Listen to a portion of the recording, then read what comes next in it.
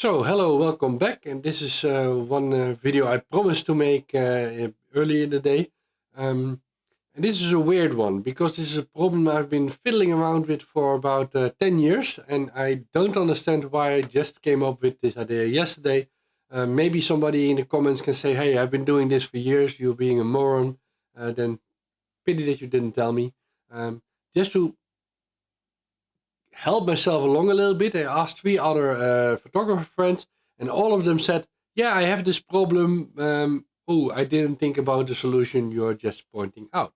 So yeah, let's dive into it.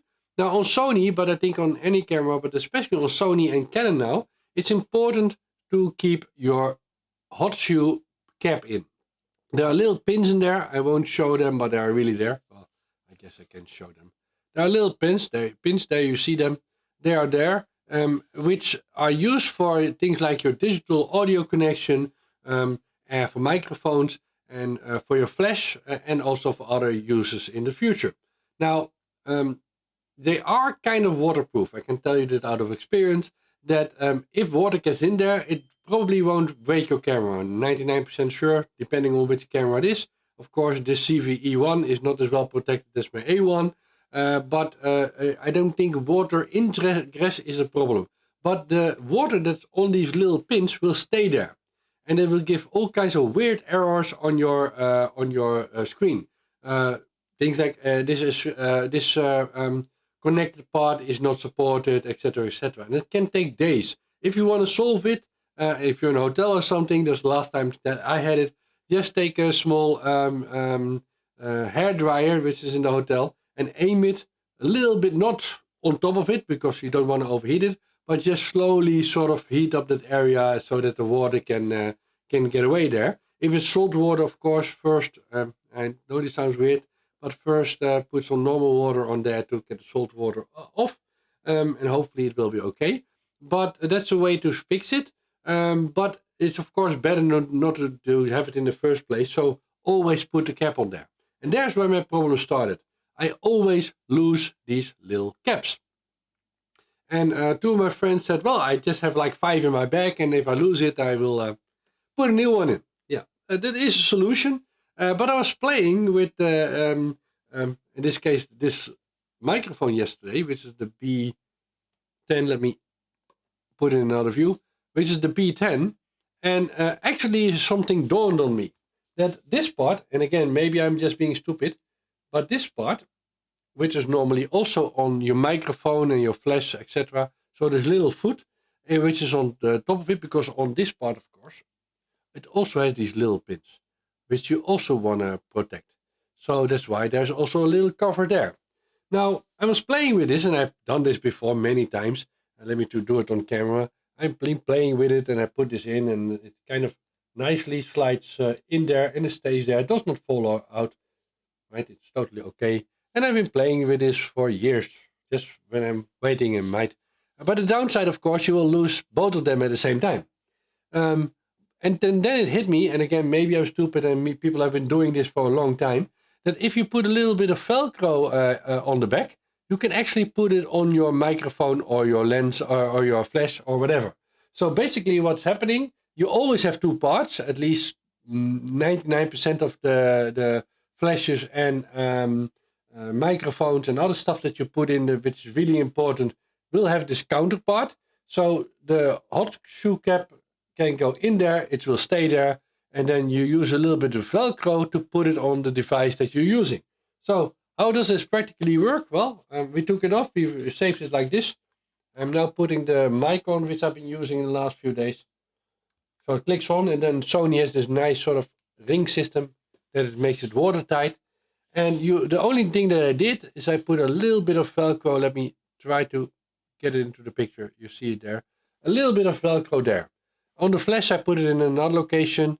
And what you now can do, and that's why I put it a little bit high, because it won't shake off by itself. But it's even better, of course, if you place it on the device in a way that it can't fall out to begin with. And you can now see, no way that it falls out, and is now safely connected on the device.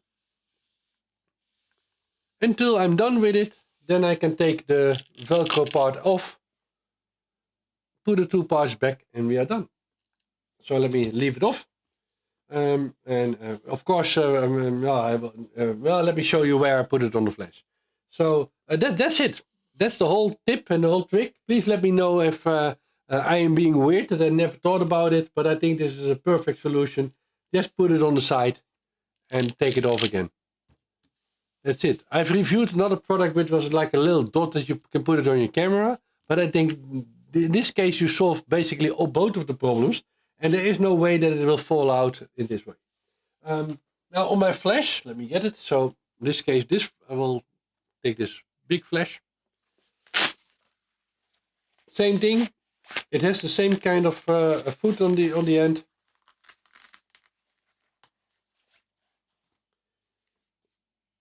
You see it already here. I definitely should fix that camera that it focuses better. It does not look like it how we got it, but let me take it off. And again, this has a locking system, which is also nice. But you can see these same pins, different pins in use now, but it kind of tells you how important these pins are. You can also already see that these are quite easy to mess up. So that's why this little cap is there. And again, on the back of the cap, I put a soft part. I think that makes the most sense. I actually did it the wrong way around, I guess, on this one. So I put the hard part over here, which probably would have been better if I did it the other way around. So I'll definitely probably change that. I got 90 of these little round and square thingies from Amazon for $8, so that's not really a big problem. But in this case, I can put it here, as you can see. I had to figure out what was the best place that it does not really influence when you are shooting. Now on this flash, you kind of move it quite a lot like this, so you handling it is in different ways. So I figured this was the best place. I first tried to put it here, which made sense, but I could not fully close it up anymore like that. And again, let me put the cap in.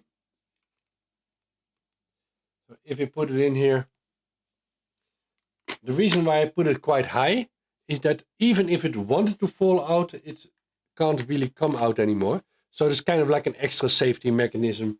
It does not really do much more than that, but I think it's a good way, like just to prove that it doesn't fall out. But if it would theoretically be able to fall out, I'm now also protecting it in this way. And it doesn't even look half that bad. I mean, if you don't know, you think this is part of the flash, right? So, and of course, when you're done, you take off the little part, put this part back into here, lock this one up, put this back into the box, and I now not sure how the hell I did this, but I used the Velcro the wrong way around. So we'll definitely fix that, but this is now back in this box. Let me also take the microphone off and put that one back. By the way, I also spares of these in my bag.